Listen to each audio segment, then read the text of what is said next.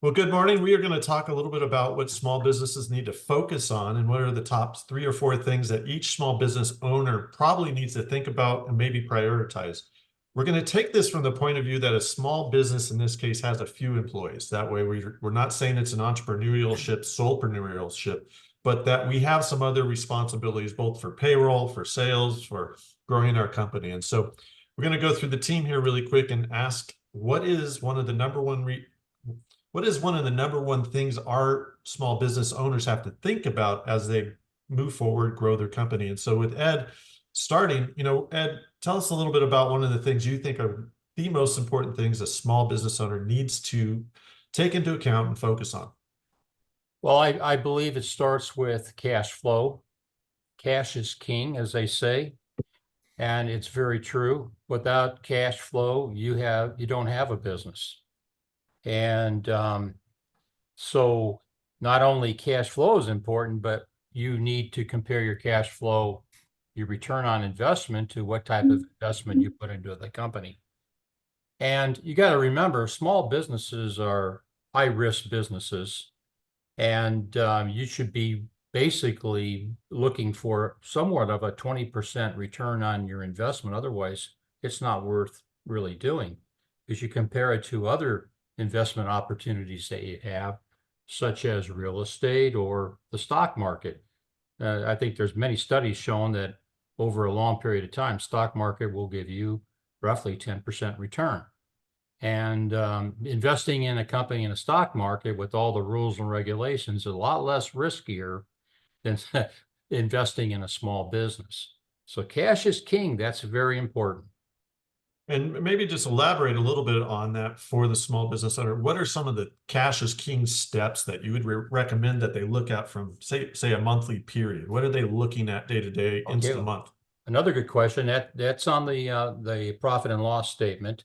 You start with your profit at the bottom line, but then you got to convert it into EBITDA, where you're going to be adding back depreciation, amortization, taxes, and interest to come up with a number that it represents what the cash would be of your business.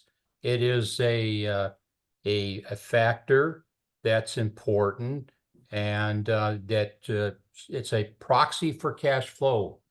And so anyway, that's I think you got to report it in that manner. Otherwise, you can't track performance. Yeah, that's a good point. And so, Ron, you've worked with a lot of small business owners, and there's a lot of challenges there. What is your top 1 or 2 things that you think a small business owner has to look at day to day or week to week? Well, I think without a doubt, the number one thing is a customer focus, and of course, everybody kind of knows that. That's not a brand new idea. But what if you truly focus on the customer in a much deeper and broader and more comprehensive way? It helps you understand what products you're going to sell. It helps you understand how you're going to market those products to those customers. It helps you understand what skills you need to acquire as a company, because sometimes you need to add some understanding or some skill levels or knowledge that is just a little bit beyond what you do now, and you still need to be expert in those things in order to deliver them to the customer. And finally, it really dictates how your strategic planning and accounting work. So I'll just mention an interesting meeting I had recently with a group of about 25 people in a strategic planning meeting, where we went through the sort of the typical planning mode, strengths, weaknesses, etc. And you put that all down on a board. Ray's done several of those, a lot of those. I've done a couple of them. But I recognized during that meeting that while we looked at strength, weaknesses, etc., if the group at hand did not bring up the customer, it's left off the board.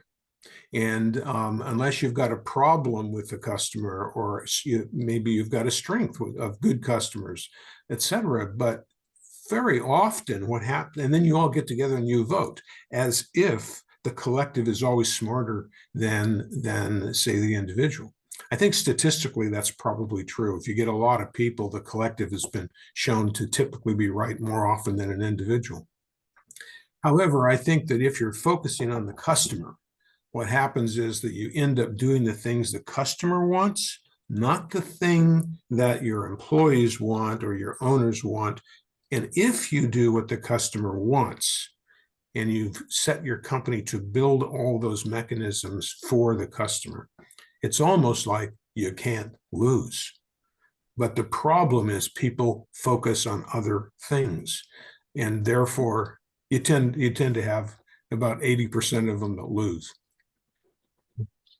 Well, I think that's both great questions there. And Ray, why don't you add to it a little bit? What would a small business owner need to look at from a high perspective of their day-to-day actions, week to week actions, and what are some of the things that you've seen in businesses that really become a number one thing for them?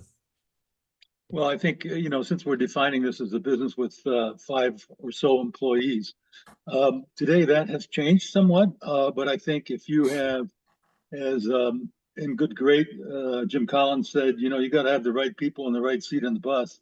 And I think that's really important.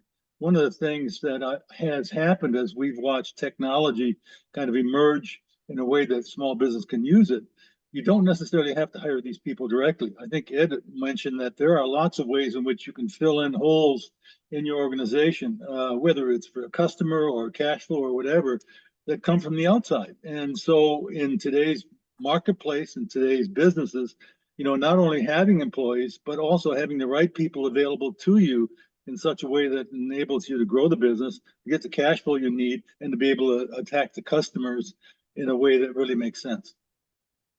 Yeah, and I think that's a great point. And I'll just add on to that a little bit. One of the things that I see in small business today, differing from, say, when I first started, is that the new generations are much more of the me generations. And so I think within the education system into the business world, there's a little bit less team orientation than there used to be. And it's a real challenge to find those right people to fit in your business. If 1 or 2 of your 5-10-man team are off, your whole team can be really off. And they need to be team players to some extent. Going back to Ron's point that, the team shouldn't always be deciding who the customers, but maybe the boss is, but those teammates need to understand where that is. So I think that's an important thing to look at nowadays. I'm going to circle back to Ed a little bit. Maybe he can elaborate on both what Ray and Ron had mentioned, and kind of tie it back into some of the revenues and making sure cash flow is working. Well, I believe you will know for sure whether or not you're meeting your customer expectations by the amount of revenue that you have and whether it's growing or diminishing over time. And I think being as proactive as possible with your customers will lead to better predictions of your revenue. One thing that a lot of different companies do is they try to convert their revenue process into a recurring revenue stream, which means that you get monthly payments or annual payments, but you get payments over time for the work that you do.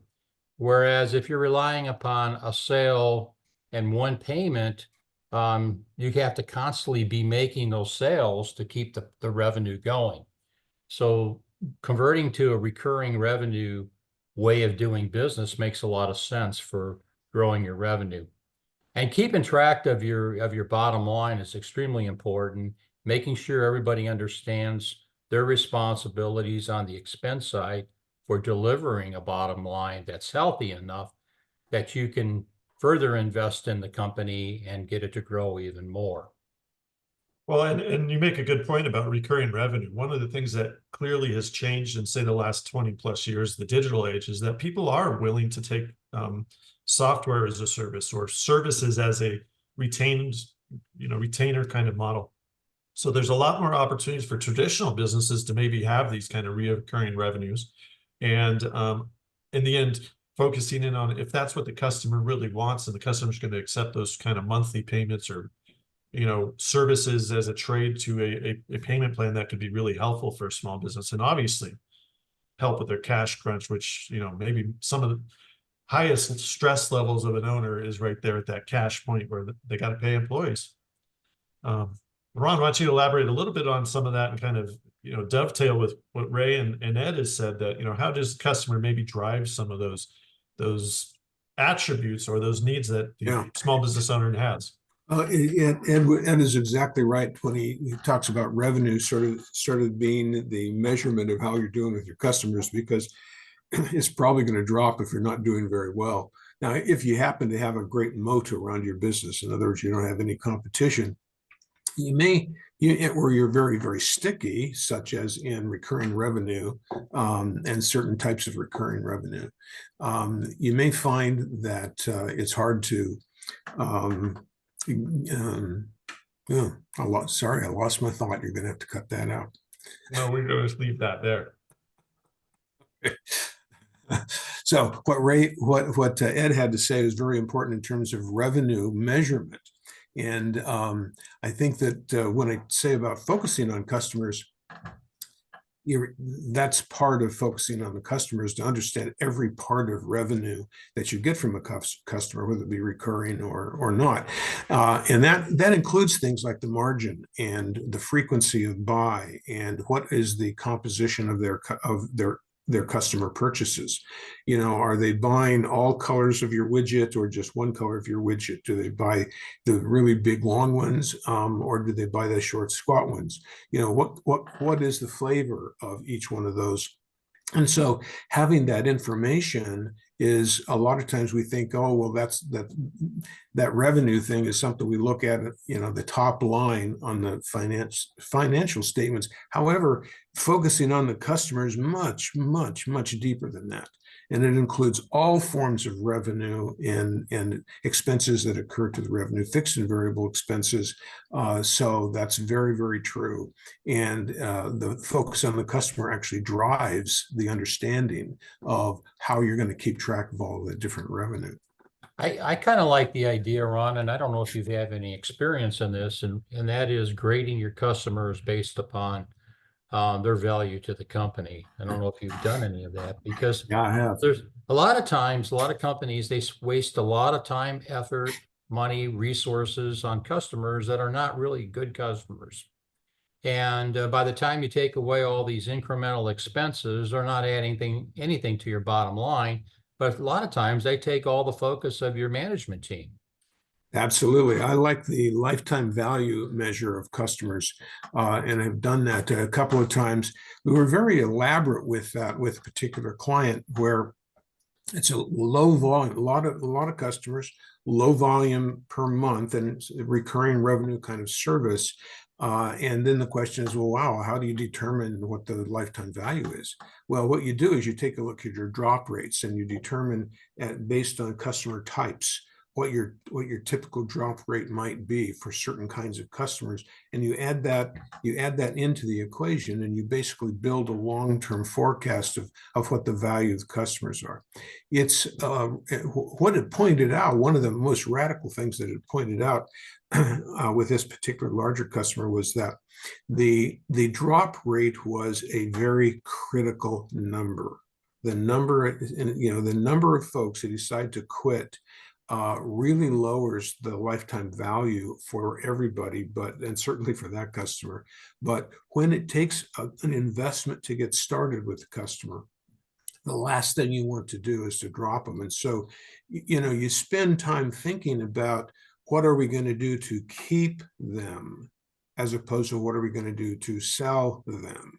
And that is something that small businesses fail on over and over and over again. They want to get the sale done, and there you go. Now we'll go look for another one. We'll go hunt for another new customer, as opposed to having that recurring relationship, where there's an actual recurring product or not, but even a recurring relationship is fine and wonderful, but you need to understand why they stay. And there are very few times when you do questionnaires for, customer questionnaires, where you actually dig in and understand why they're staying with you. That's critical to focusing on the customer. Well, and I'll elaborate that and hand it off to Ray in a way that I think is important. And in that case, we knew after a certain amount of time, it was one product and service, right? One service, really. The price varied based on volume, but we knew at the end of those surveys that we had to get them 8 to 10 months to pay off that initial sales investment. One of the key pieces that was sort of missing until we had that data was that we were benefiting the salesman with financially for them to close the deal. We were not helping them get a customer that would stay for a year. And therefore we had created a bonus structure there that was get them sold right now versus if they stay. And that's one of the interesting things that you might consider with your own management of your employees. And maybe Ray can take that a little bit. If you emphasize that a good action for one customer or one employee might actually hurt the rest of the business, you have to evaluate that and emphasize to that employee, hey, the goal is to get them here a year, not to get them here flash bang boom, let's give them a discount, get them in the door and sell it and never see them again. So maybe talk a little bit about that, Ray, with how do we want to coach or mentor our own employees to the right place? Well, I think that's a keen observation, and part of what I've seen is that too infrequently do the managers, or particularly the owner, really engage people in the things that Ron talked about. If your frontline employees don't understand the value of a customer, how to keep them, they may be doing things that are opposed to cash flow and everything else. So to me, the most important thing is engaging your employees wherever, either they're internal or external, on what's important to the company and making sure that they understand completely how their particular area of focus enables you to make those decisions and grow the company. The sad part is I've very infrequently seen organizations that really spend that amount of time on trying to engage their employees, as they don't see it as particularly necessary. And yet these are the people who are making your business go or not go, and we're not involving them in the company in the way that really enables the growth of both the customer and the cash flow. That's a good point. We'll go one more round here. And I'll start off a little bit by going back to what Ed said about rating customers. And I think one of the simplest ways for a small business owner, a new business owner, to do it is just use, Pareto's rule or the 80-20 rule. And you can find your customers are going to be almost always in an 80-20. And so the original point Ed made about spending time in the wrong place, you generally spend the same sales amount of time, the same service time, the same customer service issues with all your customers. And yet some of your customers really make you a lot of money, and some are just stealing money, time, effort. And it's a really important thing to go through your customer base at the 80-20. And then 2, not be afraid to fire the bottom 80%, because generally that revenue is not going to match up. And then you're going to see, hey, we really got to move to the next level. That will drive you to the more in-depth rating of your customer, or your more challenging pieces of what does a customer really want. But it really starts with that revenue stream. So that's an easy way to start that process. And maybe Ed, why don't you take it from there and say, at the end, now you're getting to, well, our revenue streams and our bottom line profit is going to build at some level and allow us to make investments in other areas. And that really should follow your best 20% of customers who provide the 80% of revenue, correct? Well said, John. You have to be able to discern in your company which customers are really adding to your bottom line and which ones aren't. And you have to be prepared, and a lot of businesses can't do this, be prepared to fire some of your customers. They're just not worth the effort. And the sad part about it, we don't even realize when we're running the company that they're sucking up energy, cash flow, etc., from your company, which takes away from your other customers. So I think the 20%, 80% rule really makes a lot of sense, and you should be focusing on your top 20%. You should be going out and talking to them, say quarterly, at least annually. Unfortunately, a lot of businesses don't make that effort. I don't know what the issue is, but they don't feel comfortable talking to their customers. And that's the lifeblood of the organization. So I think you have to focus on the customer and the value to the bottom line of your company. And then you can make decisions that make sense for optimizing your revenue and your bottom line. You're so right. In the day-to-day of running a business, you don't think about that too often unless it's just right in front of you. You take the next thing up. One of the more interesting things I kind of accidentally figured out through larger, organizations. If you go through the ISO procedures, which is to make sure that your quality is of level that is consistent with your customers' wants and needs, all of a sudden they have some supplier rating cards, and you have different metrics that have to be put into a real structure. That all of a sudden the team is like, we got to do some surveys to see what our customers are up to, because it's required by our ISO certification. So sometimes it's baked into some things. But when you're a small business owner, you generally don't have that recipe written for you yet. You're just taking the next thing. And if you're a little more focused on revenue, that's your focus. If you're more focused on people, that's your focus. And as a small business owner, that becomes a challenge as you don't have that, I guess, recipe is a way to think of it when you start a business, and you got to build that into your business over time, right, Ron? And what are some things you can think about to sort of build that into your day-to-day or month-to-month, where you circle back and make sure you're asking the questions? Yeah, well, see, I mean, if you're to put that mantra right on your mirror in the morning as you're shaving, it would be focus on your customer today. Then maybe that would at least remind them. But you're right. I mean, people get tied up in what they have to do. You've got this project, this project, this project. Sure, you know there's going to be a customer there, but what about your other 300 customers? And have you forgotten about them? And how do you get your, as Ray points out, how do you get your employees involved in taking care of, your customers as well in other ways? It's hard to do, and it requires sort of a constant mantra in order to be able to say, okay, we've got a customer comes first, and not literally the customer comes first, because you have other things you have to do too. But the customer focus comes first. Everything you do, you need to recognize how that impacts the customer, because that's the only way you stay in business is by making and keeping customers. Other than that, all the rest is somewhat academic. Since you don't like academics as much, that's interesting you threw that word in there. But the practice of business, I'm going to throw this over to Ray. Oh, there you go. You got your mic off.